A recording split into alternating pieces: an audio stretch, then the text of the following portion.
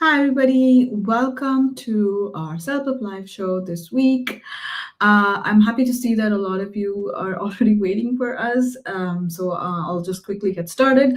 Let's start with our trivia question for this week. This is about a new thing like Canada Summer Games that I've never heard about before. In 2024, the Canada Summer Games will take place. What city will host the games? So it's taking place in Canada. That's your clue. Which city is going to host those games? Let me know the answer in the comments below. I would like it if you did not Google the answer or ask ChatGPT. Just, it would be great if you just know it through general knowledge. So let us know the answer in the comments below and I will share it towards the end of our segment. For now, let's go start our show.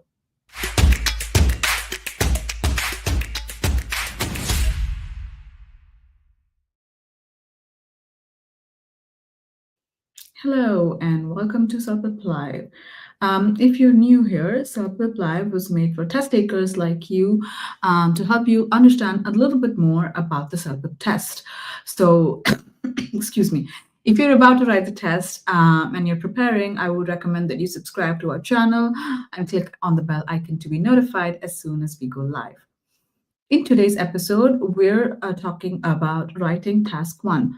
We have done a few episodes on this topic before, but since a lot of you new test takers have joined us recently, we thought it would be a great idea to revisit some of the more salient features of this task. And of course, when I say we, I mostly mean Brandy. So let's go say hello to her.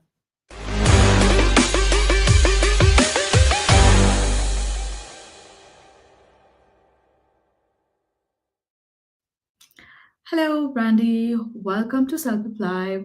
Always a pleasure to have you here. Yes, it's always fun to start a Thursday morning this way. And I was thinking as you were introducing our writing episode today, it's been several months since we've even touched on this part of the CELPIP test. So I think it's a timely episode. It's good to be back and remind everybody how to score well with their writing and what to do, frankly. So we've got a great episode to get underway here. So if you don't mind, I will share my screen and we'll get started. Absolutely. All right. Yes. So we're going to focus specifically on the CELPIP writing task one today, which asks you to write an email. And for those of you that are just getting introduced to CELPIP, I'll remind you that your writing assessment is going to be scored out of levels. So level 12 is the top score you could achieve. And if you do achieve a level 12, it means you've got very advanced proficiency in English as you're writing. Now, you're going to complete 2 different writing submissions on your CELPIP test. And these 2 writing pieces, you type them into the computer, in the testing center, but the submissions you create will be sent off to at least 4 different raters or examiners. These are human examiners for the time being. And they're going to read through your writing and they're looking specifically for you to demonstrate as many strengths as you can across these 4 categories of skills. So basically your content details, you want them to be as interesting and well supported as possible. The more examples and descriptive detail you've got, the higher the quality of the response and therefore the better the score. Your vocabulary will be assessed as well. So the first step is to pick words as you're typing that convey the right meaning. And then once we get a nice foundation of vocabulary skills started, we want to widen that vocabulary, demonstrate a better variety on the test with lots of really interesting and precise word choices. This third category down is all about what we call readability. This is your ability to use the correct grammar constructions, your sentence structures. Once we've mastered sentence structure, we want to then group those sentences into paragraph form. So we'll be looking at all of these skills together today. And last but not least, task fulfillment is going to be assessed. So the raters are checking to make sure you have answered the test question fully. You don't want to miss over any of the parts of the instructions. So give a nice complete answer. All the details we write about have to be relevant, meaning they have to be on topic and actually address the test question. Our tone is important as well. So we need to decide very quickly, especially in this writing task one, when you're writing an email, we need to decide if our email should be more formal or more casual. If we're writing to a friend, it's okay to be a bit more casual. But if you're writing to a stranger or perhaps a boss or a manager, probably would be wise to use a formal approach. And then your word count as well. There are word count parameters on the CELPIP test. There's a word counter on your computer screen. So that part should be easy. We just want to keep within the test instructions as well. So your score that you're going to get on your email task for task 1 is going to depend on the number of strengths you demonstrate across all 4 of these categories. This is the key to understanding how to get a great score on CELPIP. It's not good enough to just excel in one area. So if you come into CELPIP and you've already got a fantastic vocabulary, you'll probably score quite well under vocab. But if you're not giving any interesting supporting details, if you make a ton of grammar mistakes that makes it confusing for the reader to understand what you're even saying, and if you miss part of the instructions and don't even answer the question fully, demonstrating major weaknesses across other areas of this checklist is not going to help you earn the higher score that you need. So in today's episode, what I'd like to do is present to you an actual CELPIP test question. It's going to be this one here. And as a group, we're going to spend some time brainstorming or thinking of ideas about if this was our test question, how would we answer it? What types of interesting details might we include? After we've thought of those details, we're going to quickly talk about how we would organize the writing. We need to have an outline. So how many paragraphs will we write? We'll write the actual essay together as a group, and you're going to help fine-tune it. I'm going to rely on your own expertise to help us create longer, more complex sentence structures. We're going to fine-tune the writing by adding transitions to make the writing flow. So all of these skills that we'll be practicing as a group today, you'll want to work on at home so that you can demonstrate these independently when you sit down to take CELPIP in the test center. So this question on screen, I'll read it aloud for us now just to keep us all together in time. This was once a real test question, by the way, but it's been retired, meaning you'll never see this question ever again on a future test. That's the only way I can share it with you publicly here on YouTube. But let's practice this. Again, it's authentic practice, and we'll imagine this is the real question that we're handling during the test. So for writing task 1, it says here on the left-hand side, you and your family visit the local shopping mall every week. However, it has become more and more difficult to find a parking spot recently. You would like to let the shopping mall manager know about this problem. Over on the right-hand side, you'll notice in blue, it tells you to write an email to the mall manager in about 150 to 200 words. Your email should do the following things. So step 1, describe the problem you are having with the mall's parking. 2, explain what you and your family have to do in order to visit the shopping mall now. And 3, provide some suggestions for how the mall manager can solve this problem. Now, before we move on to actual content detail development, I've got 2 true or false questions for you right now to test your own knowledge of the CELPIP writing test. Let us know, please, right now in the chat here, if you believe this statement to be true or false. You'll score higher if you use your own vocabulary instead of copying directly from the test question. Let us know. Write true or false or T or F if you'd like. Ashwati can read out some of your answers as I cannot see the chat box at the moment with my presentation up on screen. But I'm curious. A lot of you, I'm guessing, have been preparing for CELPIP. You might already know this, but if you don't know it, you'll leave here with this important tip. What do you think? Let's poll the audience. Do we have a winner here? What are they saying? I think we have an overwhelming response of true. Okay, I'm so glad to see that. Yeah. So remember earlier I said with your vocabulary and word choice, yes, you want to select words that make sense, but you also want to demonstrate a variety. And the best way to do that, of course, is to use your own language as you're writing the ideas down. Try your very best not to just copy right out of the test instructions. So that's a good tip to notice. Here's our second and final one, and I'm super curious to see how you'll answer this today. To whom it may concern would be an appropriate greeting for this particular writing task or this email. What do you think? True or false? Could you start the email just by saying to whom it may concern? Would you say true? Would you say false? What do you think? So we have one that says wrong. We have false. False. A true. False. False. False. So we're a little bit divided on this one, which I frankly expected we would be.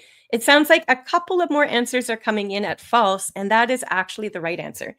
So on the CELPIP test, first of all, remember how I just said earlier that the more interesting and specific your ideas are as you're writing, the better your score. Now, it's true in this test question, we don't have the name of the person we're writing. So we can't very well address this email to the actual person. We couldn't say, "Dear Ms. Smith," because we don't know the name. But that being said, if all we do at the greeting at the top is say, "To whom it may concern," this is so general and so vague and so uninteresting. It doesn't give any detail at all. So you're not doing yourself any favors as far as getting in more examples of precise word choice and specific content details. So be much, much better in this case if, since we do not know the name of the person, instead we're actually going to go with the job title. And this one's relatively easy because we know exactly what the job title of this person, since the test instructions tell us. We know that we're writing to the mall manager. So don't overthink this. You've got 27 minutes to write the entire email on the test. Don't spend 5 minutes trying to think about your greeting. Honestly, just keep it simple and focused and spend your time with the middle paragraphs. So for a greeting, you could honestly just say, "Dear mall manager," and that would be absolutely fine. So that is probably the way I would go about this. If you'd like, just as a different variety here, you could say, "Attention mall manager." I think either way would be absolutely fine. But try to avoid these really general expressions like "to whom it may concern" or "dear sir or madam." Those expressions, by the way, in the real world are quite outdated and quite old-fashioned, at least here in Canada. So you don't want to start even a real email outside of the CELPIP test. Don't use those expressions. Go with a job title or the person's name. That would be my best advice. Now, as far as the greetings I've got here on screen, I'd like you to notice two things as you're learning proper structure and punctuation. You'll notice I've got 3 words in both of those greetings, and every single word starts with a capital letter. So I've underlined those for you. It's very easy to see. And you'll notice at the end of both of these greetings, and any greeting that you put in an email, you must have a punctuation mark. Now, I've used a comma in the first example up top, and this is by far the most common way to address any email, whether on the CELPIP test or in the real world. Doesn't matter. Probably 99.9% of the time, you're going to use the comma, and you'll see the comma as well. On the bottom, though, you'll notice I've got a dot dot. We call that a colon. That's the name of that punctuation mark. And when we use a colon, it's because we're adopting a more formal tone. So I think both of these emails are formal enough. They're respectful. It's customary, at least in Canada, to say "dear" with the job title. But again, if you say "Attention mall manager," that seems to call for just a little bit more focus. I think that it's a little bit more formal. So that's why I've chosen to elect that colon there instead. Okay, so you can use either one. Just be aware of the slight difference between them. As I said, the comma is probably by far the most common that you'll use. All right, so we've got that easy stuff out of the way. Let's jump right into our content details. And this is where I'm going to ask all of you to share your wonderful ideas so we can learn as a group how to structure an interesting response to really optimize our point scores on CELPIP. So this very first bulleted point here on the test screen says to describe the problems we're having with the mall's parking. So we absolutely must address this point. Think of it as a main idea, so problems with the parking. We have to address that, but we have to come up with our own specific examples of the problems. Can I open it up to our viewers listening right now? Maybe you'd like to share an idea you've got in our live chat. So imagine yourself, you've driven to this mall, you're looking for a parking spot. What are some of the problems once you arrive there? Let me know. I would say we'd want to come up with at least 2 problems to include in this email. If you can think of a third, then that's fine as well. But let's brainstorm our ideas first, and then we'll look at how we can write them out in paragraph structure. But I'll give you just a few moments to think here. I've also got some ideas I'd like to share too. But I'll open it to you first. What are some problems here? What happens when you get to the mall parking lot? What do you notice? What do you see with your own eyes? What's problem number 1? What's the most obvious situation here? What's going on? Why can't you park? What's the problem is what I'm asking you to think about. Any ideas at all?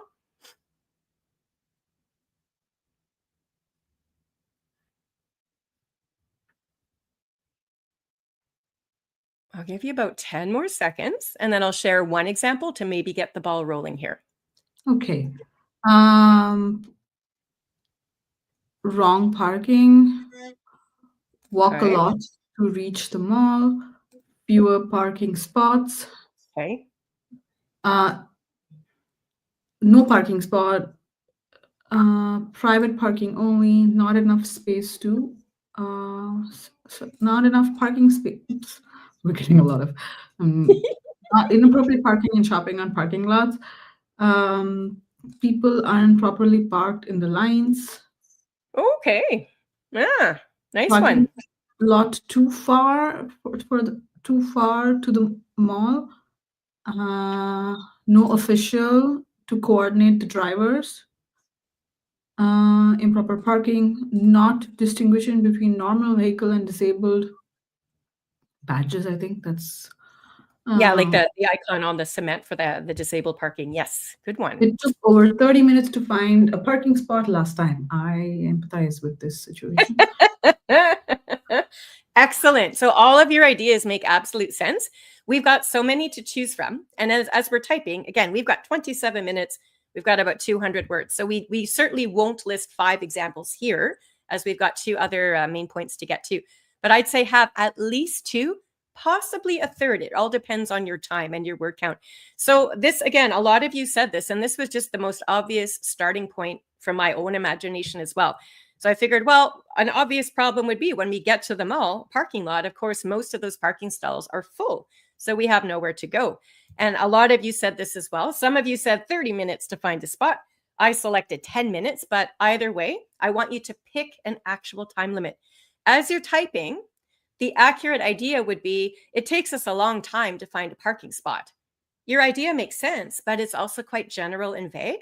Rather than leave it general, pick an actual time frame. So my example is, oh, it took us 10 minutes driving just to look for a spot. One of you said 30 minutes or more even. That's so much more precise and interesting when you give that exact amount of time. So I liked that as well. A lot of your other ideas I hadn't even thought of, like how people don't park properly between the lines, so they end up taking 2 spots up and things like this. All of those are wonderful. I actually hadn't thought of that myself today, but now that you mention it, I think easily we could include that in the writing. Here's one you didn't think of, and I was trying to be just a bit creative, just to give you other ideas of how far you could take the writing.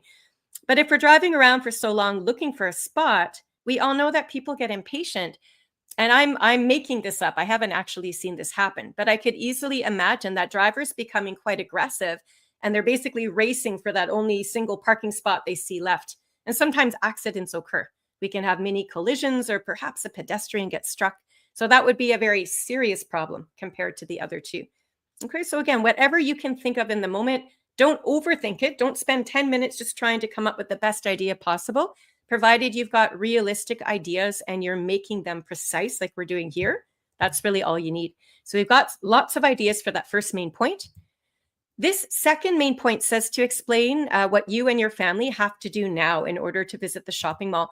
And I think some of you actually started to touch on this already. You were talking about how you have to park really far away in order to walk to the front entrance. And that was one of my ideas as well. Can you think of other sort of results because the stalls are so full or because you have to drive around forever looking for a spot? What do you do now then in order to actually get into the parking lot so you can get into the mall? Do you have any other ideas you could add to the list? Just think about it just for a second. Base it on real experience if this has happened to you, or again, just open your imagination and try to imagine what it would be like. You've been driving forever. All the stalls are full. What happens? Okay, so somebody said it took 10 minutes to find a parking spot nearby. I had to pay $20, which was an unnecessary expense. Okay. Somebody else said take an Uber. Okay. Yeah, or the Uh, bus. But yeah, Uber's better. we now have to park down the street next to the mall. Therefore, we walk about 5 minutes to the mall. Perfect. Take a taxi. Where did you go? Take a taxi to the mall, which is expensive. We had to pay for a parking lot, ride a SkyTrain. Yep. All of those ideas are bang on. Most of them are similar. But exactly, I like the precision. I like the way you're thinking about it. So you're precisely saying, we're taking an Uber and it's expensive. It now costs me at least $20 just to get to the mall, and I haven't even started shopping yet. So this is the way to think about it. Yeah, for sure. Good stuff. All right. I think I had some of the same ideas. Here's one too I'd like to add. I'm just sort of extending your thinking a little bit more. So yes, maybe we have to take a bus or an Uber. I'm focusing on the time. So in my head, it makes sense to me to suggest we actually need to arrive at the mall really early. So say by 8 a.m. before the parking spots start to fill up. So I'm not just looking at it as a price inconvenience. I'm looking at it as my time. Who wants to get up early, say on a Saturday, just to get to the mall by 8, right? To go shopping. That's the way I was thinking of it. And I sort of did an add-on. This is the way my brain works. I don't know if it works for you, but sometimes when I think of one idea, it leads into the next idea. They connect. So if we're getting to the mall super early, if we actually arrive past 9 when the mall actually opens, this is where we now need to park way at the back of the lot, or as some of you said, maybe park across the street and walk that far distance. So I elected as well to give an example of the distance. I thought 500 meters sounds reasonable. That's half a kilometer. So I thought that would be about right. And then this, I think some of you touched on as well. So sometimes I even have to drop my family off at the front door and then I have to go park somewhere else. So I made this location up at the bank across the street. So we're really trying to show to this mall manager that, wow, we've got a really major inconvenience here for the customers because these spots are so full when we try to park. So we're hoping that the manager will take our request seriously and do something about it to improve the conditions. Okay, so lots and lots of ideas to play with there, and we'll look at how they connect together in writing in just a moment. After we've outlined those problems and our actions as a result, we do have to provide some suggestions for how the manager can solve the problems with the parking. Notice it says some solutions or suggestions. That means more than one. So I would say 2 minimum, 3 would probably be ideal if you really want that full, complete answer. So what would be maybe some of the more obvious solutions you would suggest to your manager of the mall? One of you mentioned this as we started talking earlier. I'm going to actually use it as the solution, but there are some other obvious choices too. How do we fix this? How do we make it so people actually can find a parking spot without too much trouble and without too much cost either?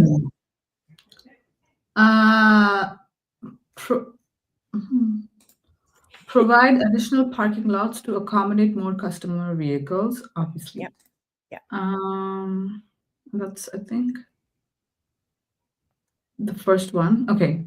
Security personnel should ensure to filter people who park at the mall without shopping. Oh, good point. Oh, okay. Good point. Okay. Time limit for parking. Increase the parking price after an hour. Limited parking time for each car. Oh, Yeah. I would suggest you acquire the vacant land beside the mall. Lots of great ideas there. See, this is why we share ideas as a group. You've said some things that I hadn't thought about, like the whole idea of having a security person checking to make sure people are shopping and otherwise their vehicles would be removed. It's a bit harsh, but it could be effective, right, to clear up some of the stalls. So I like the way you're thinking. All of those ideas mentioned definitely make sense. So you could go with any number of those, at least 2, if not 3. So choose the ones that you feel are the strongest examples. I kind of went with that security personnel, but I chose to soften it a bit. And I suggested perhaps we could we, meaning the mall, could hire a city employee to direct the traffic through the parking lot. I think one of you mentioned that earlier when we were talking about what you have to do or something. At any rate, I got this idea from festivals I've attended where we know parking is at a minimum. So there's actually a person in a neon vest, you can't miss them. And the moment you drive up, the person tells your vehicle to park over here, and the next car, they get directed there, and so on. And the cars are being directed out, so they're not all vying for the same spot. So that's kind of where I got that idea from. Again, when you're thinking of your own ideas, oftentimes using your own life experience is the best way to go. The ideas are just there and they come out more easily. And to me as well, this was the most obvious solution, is just to build more parking stalls. I think a lot of you had that. And rather than just say, put more parking spots in place, accurate idea, but a bit general, I tried to be a little fancier with my language and to be more precise. So I'll call this an overflow lot, meaning it's extra spaces. And I even suggested perhaps it could be built at the back entrance of the mall. right? So you've got the main lot here. Well, maybe at the back entrance, there could be an additional lot that could be constructed. So that's a bit more interesting. Here's one that you touched on, but my idea is just a little different. I imagine there are businesses next door and there's underground parking there. So I thought maybe the mall could negotiate and come up with a way to actually share some of that underground parking with those businesses next door. So it's just something you can toss out to the manager and see what they think about it. Anyway, choose 2, choose 3. That should be enough to fill your word count and complete the answer. Okay, so now that we've got, and again, I can imagine as you're sitting to take this test, you'll probably think of these ideas as you're typing. I think a lot of us do it that way. What we did just now for practice is we went through and brainstormed all of our ideas. But what I do recommend you have in your mind before you start typing the email out is I want you to decide how many paragraphs you're going to have. Okay, so your very first paragraph, and when I say paragraph, I mean it's a group of sentences that discuss one main idea. And as soon as we have a different main idea, we are going to leave one empty space on the computer screen and then start a brand new paragraph. So each paragraph chunks the details together that talk about one main idea. Your first paragraph for any email is always the shortest and the easiest to write. You're literally giving background information to introduce the topic, and you're usually giving the purpose for writing. On the CELPIP test, it's even easier. You don't have to think about the background details because they're given to you right here. So the left-hand side of the screen that I read to you earlier that sets the stage telling you recently it's been hard to find parking and so on. You're basically going to take that little write-up on the test screen, but you have to paraphrase it in your own vocabulary. You'll shorten it and pull out the main points and get right to the point.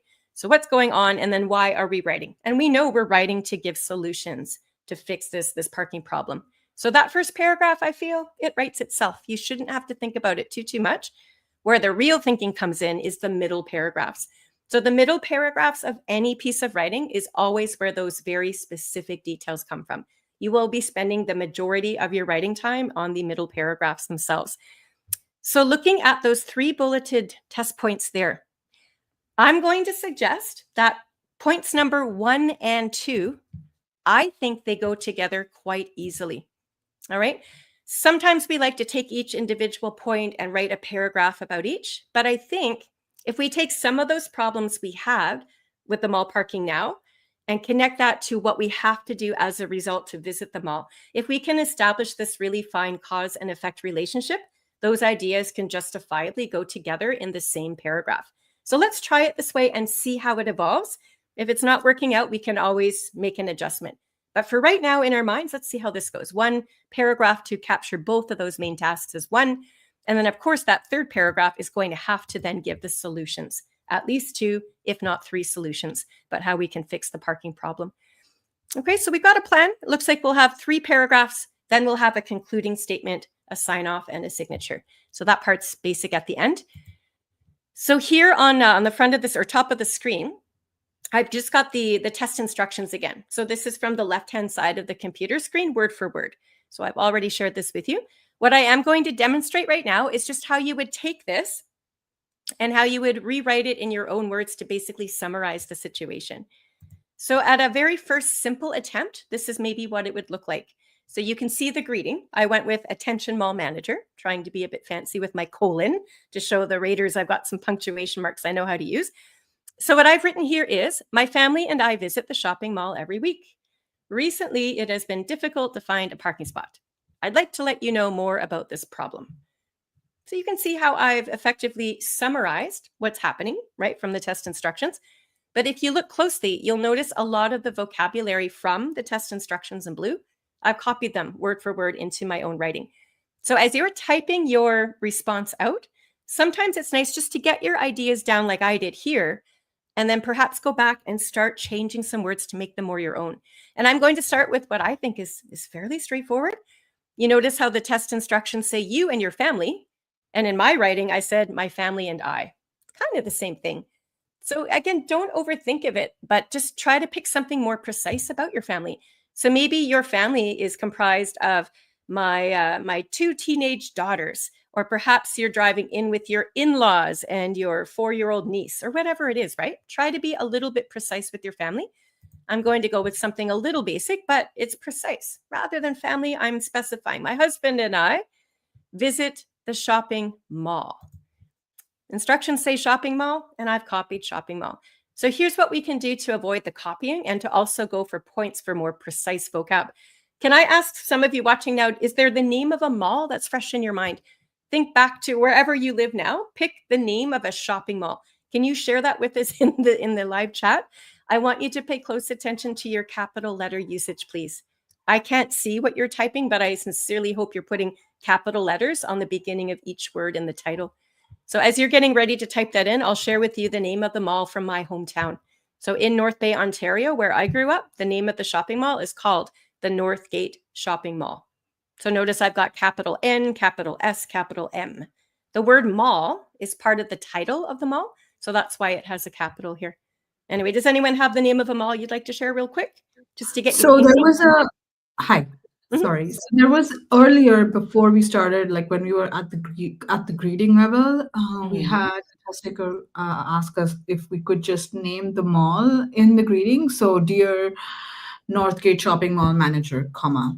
So or like dear Northgate Manager. Sure. And they wanted to know if you could name. So there was ShopRite, like that was the name of the mall there. And then there is so many. We have Metrotown, Yeah. we have Bayview, um, Square One, Royal Prince. Royal Oh, Square Prince. One seems to be pretty popular. And then supermarket. You have to be careful with that one because if I were a raider, honestly, I would think you've misunderstood the instructions because a supermarket is where we go grocery shopping, and that is something that's quite different from a shopping mall. Yeah. So pick a name, but make sure it implies what a shopping mall could be. So any of those names, even if you're making a name up, like honestly, even if you said ABC Shopping Plaza, it's maybe a bit goofy, but at least it's very clear that you're naming the name of that shopping center. So that's all there is to it, is just picking a name and running with it. You can see how much more interesting it is to name it than just say shopping mall, right? It's way too general. So just little tweaks like this are going to make all the difference in bringing more foresight and also more creativity into your responses, which elevates the quality of the writing overall. Okay, the other thing that I wanted to address here, and I think this should be easy enough. The instruction said recently we've been having trouble. And I copied that right down in my rendition at the bottom. Recently, it's been difficult to find a parking spot. So I would encourage you to pick more of a time frame to be precise.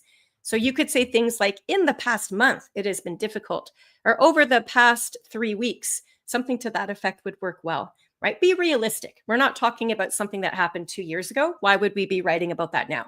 But I think if you pick a time frame that's fairly in the near past, I think it would be better to say it that way than just recently, which is quite open-ended. So we've, I guess, added precision. These 3 orange details add really focused ideas rather than leave things general, like those circled words above are. But if I look at the rest of my writing, I can see once again that I've more or less copied and pasted words right from the test screen. So the test instructions say that it's been more difficult to find a parking spot. And that's exactly what I said in my writing. So it's easy to get around these repetitions. All we need to do is think of a synonym, a word that means the same as difficult. So perhaps we might go with challenging. And instead of parking spot, maybe it's a parking space. So again, these words on their own are not super high level and sophisticated, but what we are showing to the raters is that they're different. They're our own vocabulary. So we are demonstrating this wider range. Probably the most fancy revision I would make to this paragraph below, where it says, I'd like to let you know more about this problem. That's really simple. So I'm going to just take a moment and rewrite that whole thing. I really want to make a longer sentence structure because that's going to help our score under the readability and grammar section. So it's the same idea. I've just expressed it in a higher level way. So I'd like to share some ideas to help improve the parking conditions at the mall. Okay, so just to recap what we've done, we started off by just getting our ideas down simply. And then after we had our ideas in front of us, we took some time to add in specific names where we could. And then we also rewrote a few sentence structures just to make them a little longer and more interesting and complex. So this is the entire writing process. This is what's going through your mind and what you're doing as you're writing your test out. So let's call paragraph 1 finished. Again, this should be the shortest. I'd like to suggest the easiest part of the writing, since most of our ideas come right from the test instructions anyway. This is the part where we're really going to have to work to make the cause and effect relationship. So again, let's try it this way. Let's start off by describing a couple of these problems that we mentioned earlier. And then we're going to show that, like, what we have to now do because those problems exist. I think we can get away with one paragraph. So these 3 points are the exact same 3 ones I shared earlier as we were brainstorming problems with parking. So for just right now, I'm going to take those 3 ideas word for word, as they're all proper sentences anyway, and I've just copied and pasted them. 1, 2, 3. So again, our ideas are accurate and they make sense. So this is helpful for the content. But when we read those ideas together, there's no flow, there's no connection. So I'll read in blue now what those first 2 sentences sound like. Most parking stalls are full when we arrive. We drive around for 10 minutes or more looking for a spot. Okay, both of those things could be true, but it would be super easy to connect those 2 sentences together by adding a conjunction. We'll call it's a joining word right smack dab in the middle of these 2. Can you help me pick a word here that would make sense? There are probably a couple of words that would do, but we're going, rather than leave these 2 simple sentences, let's combine them into one longer sentence, because we know that creating more complex structures is going to help our readability score. So what word comes to your mind? Focus on cause and effect. That would be my biggest hint to you. But what word would you put there if this was your writing? I can only really think of 2 words that would make sense, but there's one that's much better than the other. So I'm curious to see what you have to say. So first response we got was and. Yeah, I knew that would come up. Yeah, those are your only choices, by the way, just to save us some time. Another one was as a result. If you do that, you're creating 2 separate sentences, though. You could, but right now what we're trying to do is combine these sentences together because we want to create a longer structure. So apples and oranges there. Yeah. I don't know what your second response was, but we have therefore and consequently,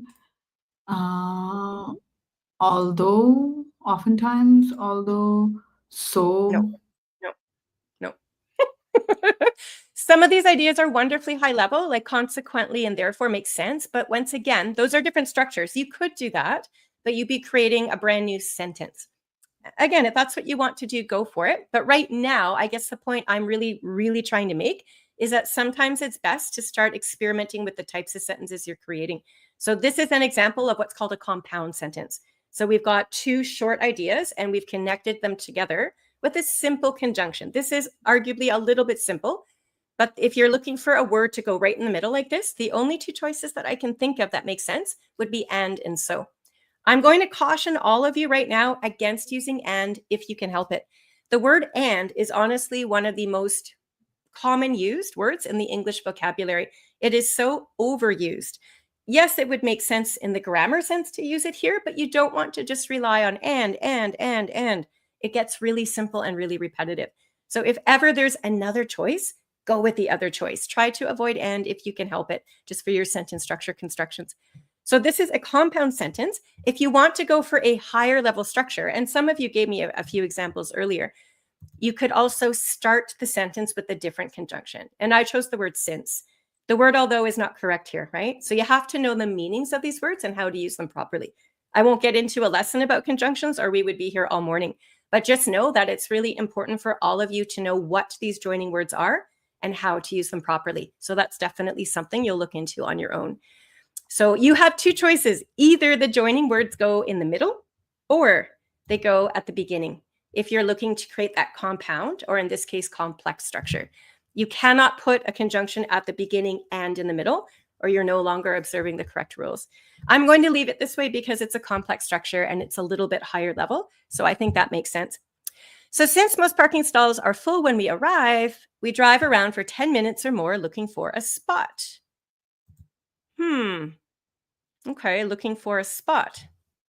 We have to do something to get from this idea to connect it over to these other drivers being aggressive and so on. Before we do that, bear with me here. We've just given 2 problems, right? Parking stalls are full and we have to drive around for 10 minutes. So I think this would be the perfect opportunity to sneak in a couple of examples of what we have to do as a result. So this is demonstrating higher level thinking. You're not just listing problems, listing solutions, and on and on. You're looking at ways to connect them together. This is what we call coherence, and we're now demonstrating intermediate to advanced level skills. So level 9 to level 12 writers will have the capability to do this. All right, so I think if we've just outlined that the stalls are full, we drive around for 10 minutes or more, I think it lends itself so beautifully to take these two ideas we thought about earlier about how we visit the mall now. I'm just going to write them down word for word here in orange. So we need to arrive at the mall by 8 before the parking spots are full. If we arrive past 9, we need to park at the back of the lot and walk 500 meters to the entrance. So can you see that cause and effect shaping up really nicely? I think the whole idea is showing coherence, but we're still missing the connection. How do we get from here to that secondary thought? And again, this is now I'm showing advanced level skill set. This is what I would do. I would start off by saying we were driving around for 10 minutes or more. I would start my sentence with something like this. So this means that we need to arrive at the mall by 8 a.m. before the parking spots are full. Because if we arrive past 9, we need to park at the back of the lot and walk 500 meters to the entrance.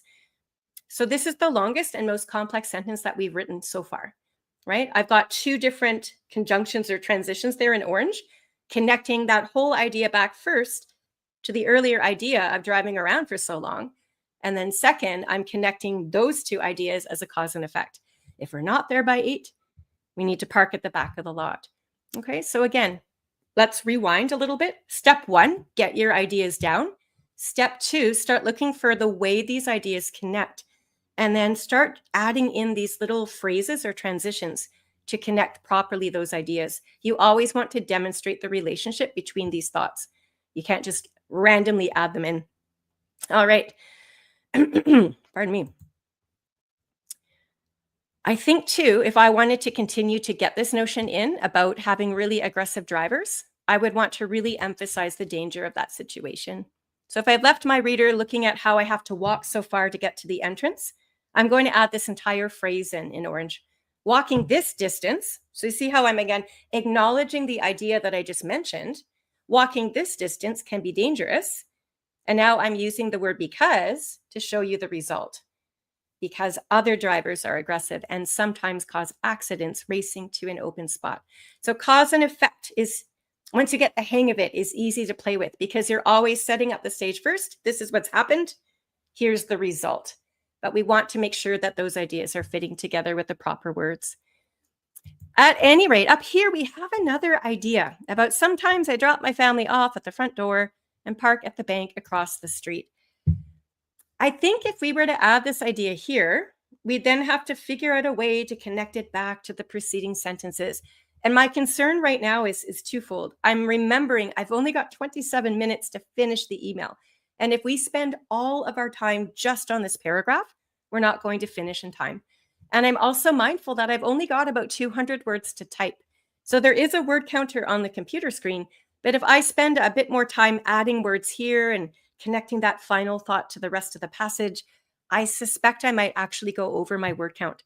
So what I'm going to recommend we do is just skip over that final or third point that we had thought about earlier. Let's just cross it off our list for now. If we finish the email and we still have a few minutes left and there's still a few words left on our word counter, if you honestly want to go back and add it in, you certainly could. But sometimes good enough is good enough, if you know what I mean. Looking at the paragraph we've got 2 examples of problems. Those are the first 2 sentences. We've got 2 examples of what we do now. That's enough. That's a complete answer. Let's move on to the solution paragraph to make sure that we actually finish the whole test question in time. All right, so we'll mark off for now. Paragraph 2 is being finished. So on to our final paragraph, we have to still show some solutions. And I was mostly impressed with the ideas you all thought about earlier. So here are 3 that I had on screen anyway. So as we did earlier, I'll just take those exact 3 sentences and just copy and paste them. So for now, they're just 1, 2, 3 listed. There's no real flow or smoothness to them. They're just there. So the ideas make sense. The ideas are accurate, but we know that we'll get better scores on the CELPIP test if we can add these transitions in to build that coherence. Let's really make these ideas flow. So the very first thing I'd like to suggest we do is, before we even mentioned our first solution, which in this case is to hire a city employee to direct traffic, remember that last paragraph we just finished writing was all about the problems and what we do as a result. And now we're shifting gears and we're talking about a different topic in a new paragraph. So I think it would be really helpful for this mall manager if we were to include a sentence to introduce to them that we have a new topic coming up and what that topic will be. So this whole sentence in orange, we're going to add it in. It's called a topic sentence, and it's introducing the topic of solutions. So it says, I'd like to suggest some possible solutions that would make it easier for customers to find parking at the mall. So the moment the mall manager reads that, they know that the solutions are going to follow. All right, so here's where I need your input. I think this is the easiest part of the entire writing email that we've done today. Here is our first solution, to hire the city employee. Which word do you think would make sense to put here as a transition? We do have 3 different ideas after all, so we want to signal when these ideas are beginning. So which transition would you put in here, do you think? Again, don't overthink it. I honestly think there's an obvious choice here. What say you? Hello. Mm-hmm. So I'd like to suggest some solutions that might make it easy. Mm-hmm. Okay, so the first one says firstly. Second one also says firstly. Firstly, also is one of them. First of all, and then that is one. No. Although, are you asking? I just have a doubt because a lot of these are still part of the next sentence. Are you asking if we combine the 2 sentences and remove the full stop? No, well, what I want to do is start this sentence off with a transition to signal that's our first solution coming up. Yeah. Okay, yeah. So then first, to begin with, and then, yeah, I think those are Okay. Yeah, starting with. I went with that too. Somebody suggested also, and the reason that won't work here is because it's your first example. You're going to say also when you have the next example, right? So you could do that later, but not to start with. And I forget, there was another one somebody said that didn't quite make sense. Firstly is fine. First of all is fine. I just went with first. They all mean the same thing. But honestly, when you're giving a list of, in this case, 3 suggestions, I think 99% of us would just go with first because it makes sense to do so. So all I did was add in those 2 words, you can hire a city employee. Because if I say first, hire a city employee, I feel a bit bossy, like I'm commanding. And remember, our tone is important. We want to be polite. So first, you can hire a city employee to direct traffic throughout the parking lot. Now, our next solution comes here. So I think it would be helpful if we had another transition. So somebody had said also, yeah, you could use also, you could. What are some other ideas that come to mind? And this is where you can be a little bit fancier, I think. But I'll open it up to you first. What makes sense here as the second idea? Clearly, you're not going to say first. Going back to the first idea, someone just suggested, I kindly suggest, as the first, instead of first you can. No, you wouldn't do that, because my first sentence of this whole paragraph says, I'd like to suggest blah, blah, blah. And then why would you repeat that again and go, I kindly suggest? You wouldn't repeat it 2 times in a row. Yeah, no, not the best choice there. You've already done that. If you'd rather start the paragraph with, I'd kindly suggest some possible solutions, that would be fine. But as a transition to actually identify that first solution, it would not make sense to do so, no. So first of all, first, yeah. So furthermore is the furthermore to include before construct. Additionally, in addition, second, another good idea. Consequently, no. Consequently is not going to work. Consequently means a consequence is a direct result, often a negative thing that's happened as a result of the first. We're no longer showing cause and effect. We are demonstrating 3 distinct solutions, right? So do not say consequently. It does not make sense in this context.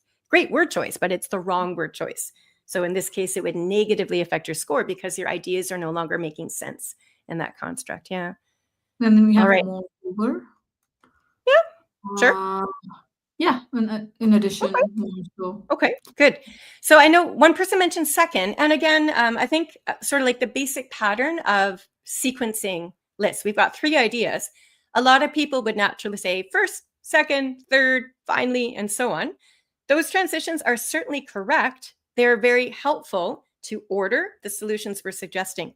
But if all we ever do is suggest first, second, third, it becomes rather formulaic, almost like predictable or repetitive. It's a bit simple.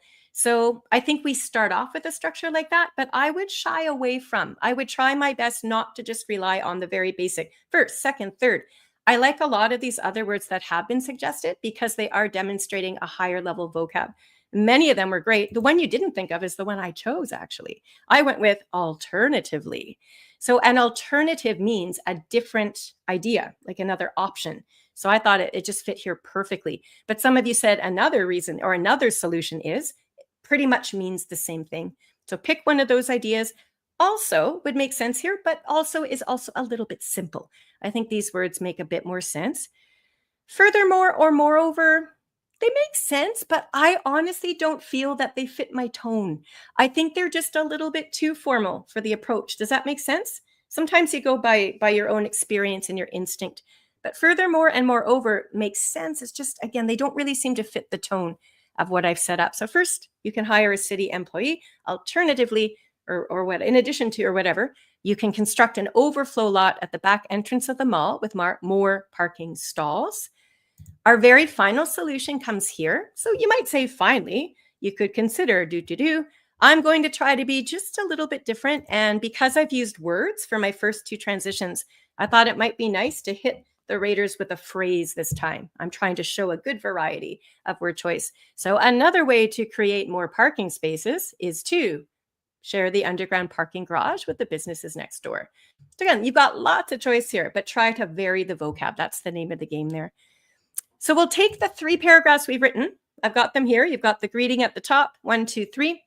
What you would want to do on your test, I think even before you get to the concluding statement and sign off, I would encourage you to save at least 3 to 4 minutes on the time clock if you can. I want you to read the whole email back to yourself from top to bottom. You have to see how the whole thing flows. And if there are any mistakes, maybe they're spelling or punctuation or word choice errors, now's the time to fix them. And once we've got the main elements of this email done, it'll take no time at all to slap in a concluding statement, our sign off, and our signature. We could do that in a minute flat if we had to. So let's use our time now to proofread this. I'll read it out loud and we'll double check that everything makes sense and we're happy with the word choice. So it says, attention mall manager. My husband and I visit the Northgate shopping mall every week. In the past month, it has been challenging to find a parking space. I'd like to share some ideas to help improve the parking conditions at the mall.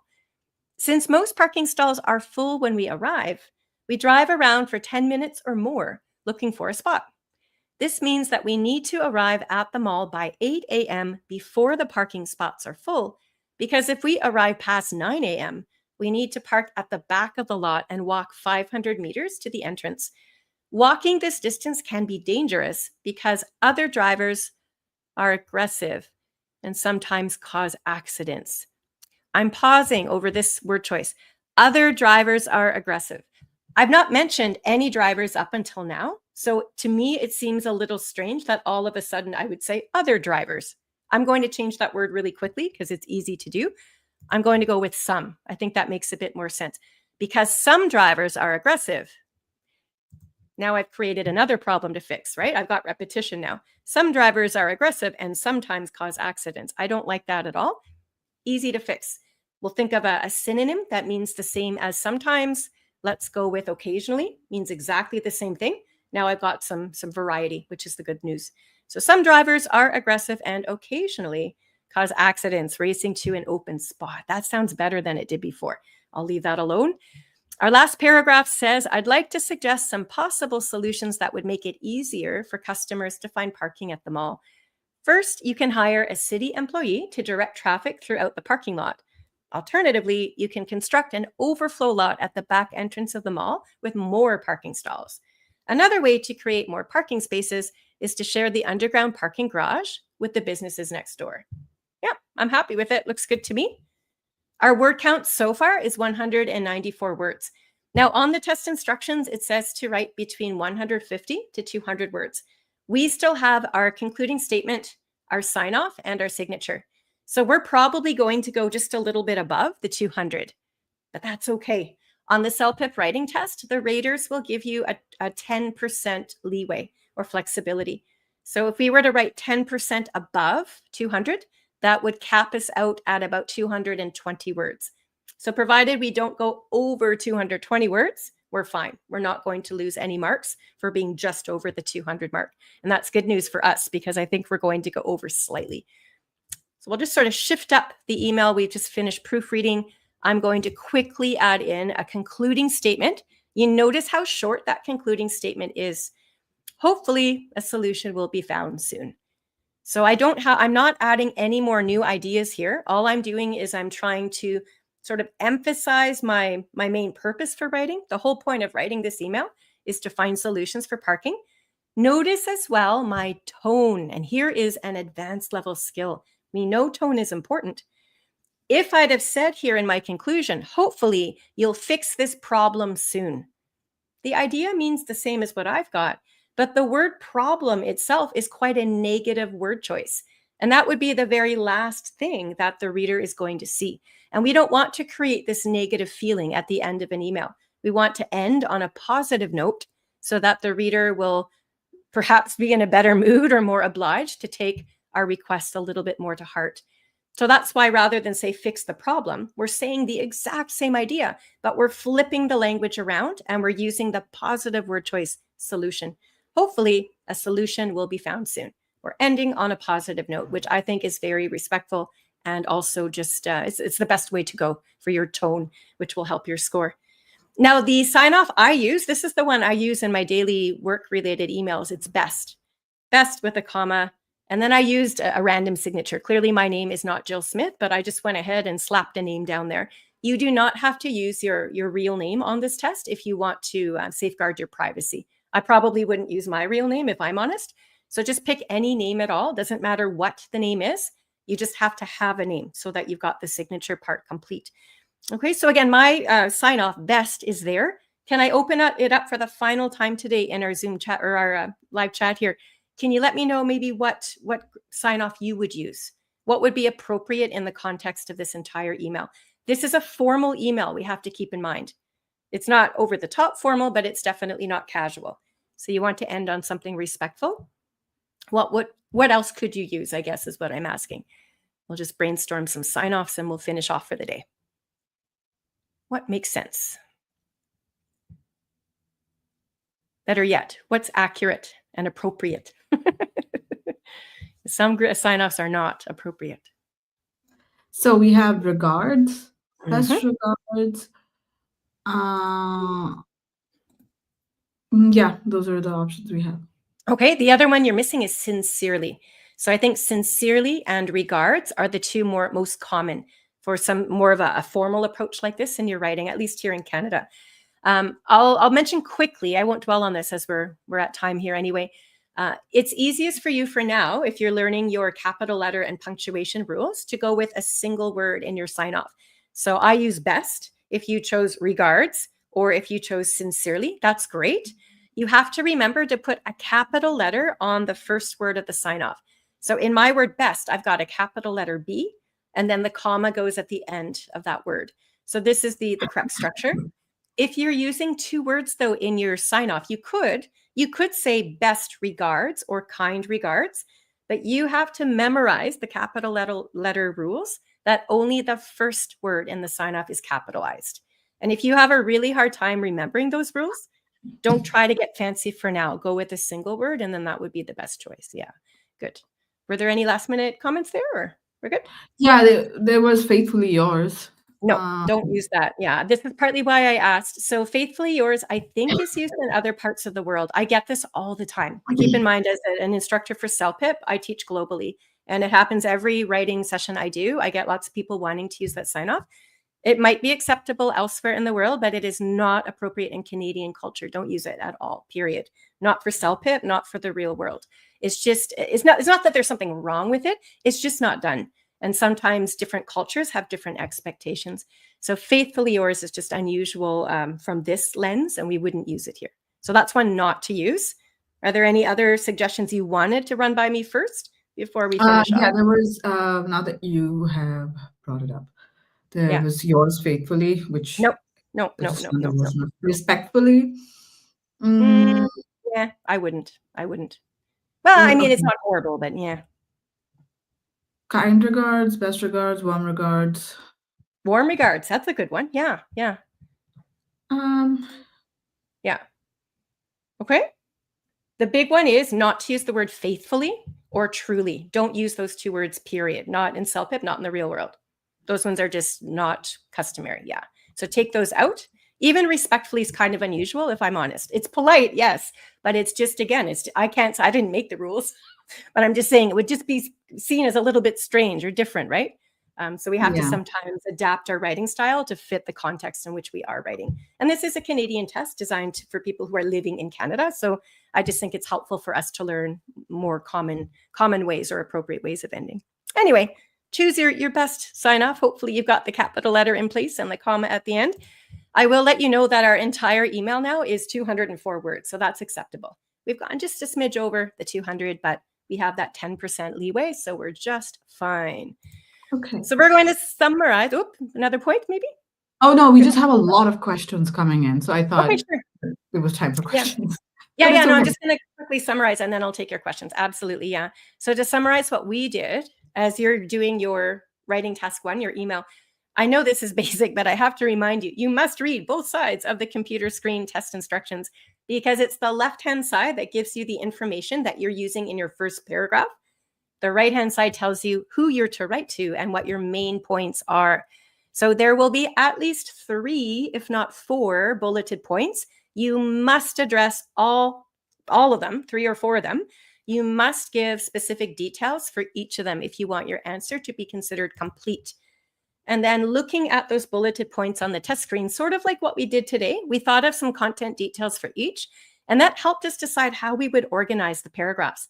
I honestly think knowing how many paragraphs you'll write is helpful before you even start. So we found a way to get those first 2 bulleted points together as cause and effect, and then that left us the 3rd paragraph for the solutions. So having that plan going into this test, I think would save you some time in the long run. You write the email out. You've got 27 minutes start to finish. So do your best to finish up what you can. I always say, try to save 3-4 minutes even to proofread. This is your chance to just make it the best piece of writing you can. We adjusted just a few word choice errors in that last proofread we did, but any mistakes you see, you can fix them. And again, just double check you followed the word count. Word count is there for a reason, and we always try to follow test instructions. So double check all is well there. Anyway, let me get rid of my presentation. And sounds like we have a lot of questions coming in. So let's see if I can answer a few before we go. Okay. So one thing that I will answer before before you get to it is that we have a couple of questions about score. Brandy is not a rater. She cannot determine scores. So if you do want to add something to the level of this, whether it's a high level, medium, or a low level response, you can do that. But she's not a rater, so she cannot score. She cannot provide you with a score. Yeah, exactly said. Yeah. So the final polished version that we ended with would definitely be advanced level. So you're looking at the top rows of the CELPIP chart. But as I'm not a rater and this piece was written by an English teacher, and I didn't just do it in 27 minutes on the test, it wasn't followed with proper test procedures. We couldn't even ask a rater to give it a score, right? Because it wasn't done under the same conditions. Yeah. But just know that the final product would be quite an upper level, intermediate, advanced level for sure. Yeah. Okay. Thank you. So let me go to the questions. Can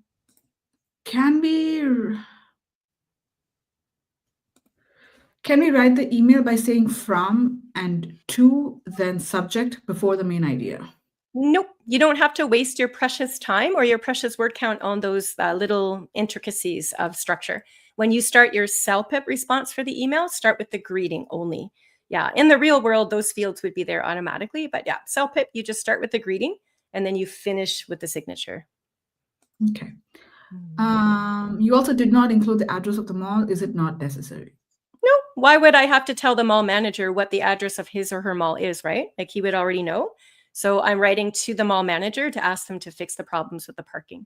So yeah, I don't see a reason why we'd want to put the address of the mall. If it was a business letter, then that would be part of the structure at the top, but this is an email that we're writing. So yeah, I don't think it's necessary here. Okay. There are very few adverbs, please, in the entire email. Would it affect the score? Okay, so Pratik and everybody else watching, what I want you to do is avoid falling into the trap of assuming you have to include certain words in each response to earn a certain score. All of that is completely false. So there's no rule that says you have to use adverbs, you have to use idioms, you have to have approximately 5 complex sentences. None of that is true. The raters are looking, the raters are looking at the big picture. So remember those 4 categories we talked about?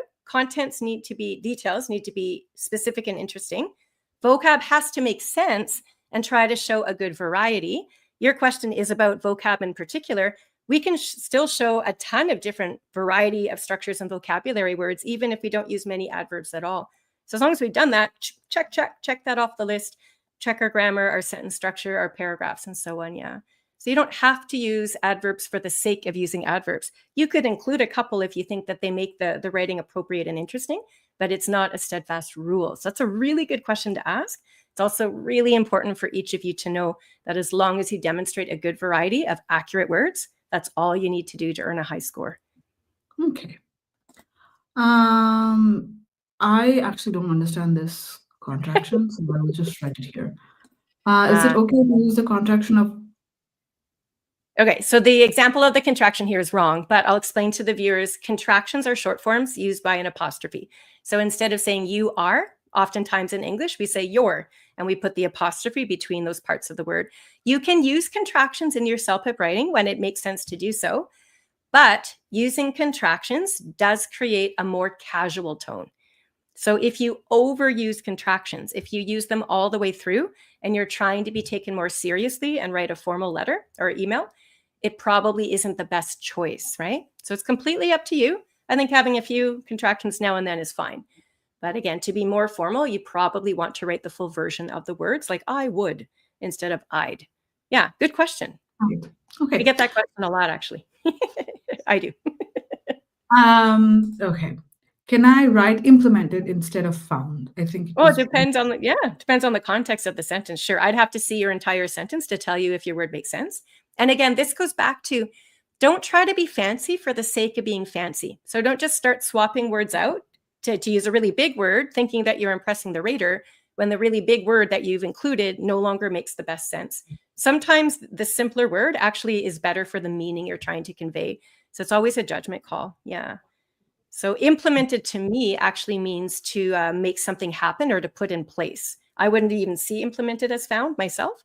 But again, Afolabi, I'd have to see your sentence to even see if the word choice makes sense. Yeah, you can't base it off of one word. Okay, and the second question is the last question is in the similar vein. There are 2 becauses in the second paragraph. Can't it be better to use another conjunction in place of one of the becauses? Oh, possibly. I'd have to go back to that paragraph. I'd have to look at the entire thing. I'd have to look at how the sentences fit together. If I use the word because back to back, it's an issue. If I use because here and again down here, I don't see it as a problem. Yeah, so that's a judgment call, and it's really hard to answer off the cuff here. Again, don't swap out a word just because you used it earlier. Sometimes that word is the best word, and it makes the most sense. So it certainly is okay to use that word more than once, provided you have a purpose behind doing it. Some of the other swap outs we did, like me, I had some and sometimes. And that was just so easy to adjust, go some and occasionally. So it was acceptable that way. It didn't change the meaning of the overall picture. Yeah. But if you start messing around, like the word because is a conjunction that shows cause and effect between 2 different ideas. So if you purposely remove that because you want to just show a better variety, if the word you choose instead no longer shows that cause and effect relationship, your ideas no longer make sense. And that's a bigger problem, right? So yeah, don't be too hasty just to swap these words around for variety. Just always choose words that make the best sense and show the most variety you can. That's probably the best way to think about it. Okay. And we have the last question And after this, there are no more questions for you, Brandy. I noticed that your email has no indentation at the beginning of each paragraph. Is that how to structure the emails?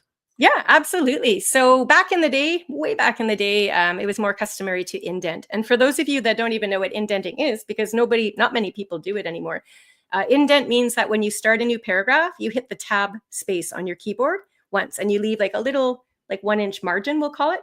And your first sentence of each paragraph starts a little bit out here, and everything else starts against the margin. So we were taught, I was taught that way in grade school. And I won't tell you how old I am, but that's going back a long time. Not many people indent anymore. So the structure you saw today is what we call block structure. All the paragraphs look like a giant block or a brick of information. The important piece is to leave a blank or empty line between the paragraphs, but it's so common and expected nowadays to just put all of your first sentences lined up with the left margin. And it's easier for you because the computer does that automatically. You just have to type. And as soon as your sentence gets to the end of the screen, the computer itself automatically puts you back to the left-hand margin. So provided you're remembering to leave one blank space between paragraphs, that's the only spacing thing that you need to worry about. Yeah. Yeah, great question. I'm glad you're thinking of these things. Yeah. And again, I will say, I think sometimes in different parts of the world, maybe we are still indenting, and I can't speak to that, unfortunately, as I've never taught overseas. But I can tell you for sure in Canada, you could do it. Nobody would say it's wrong to do it, but it would be kind of strange to do it because not that many people here do. Does that make sense? That was a weird circular answer, but I think it makes sense.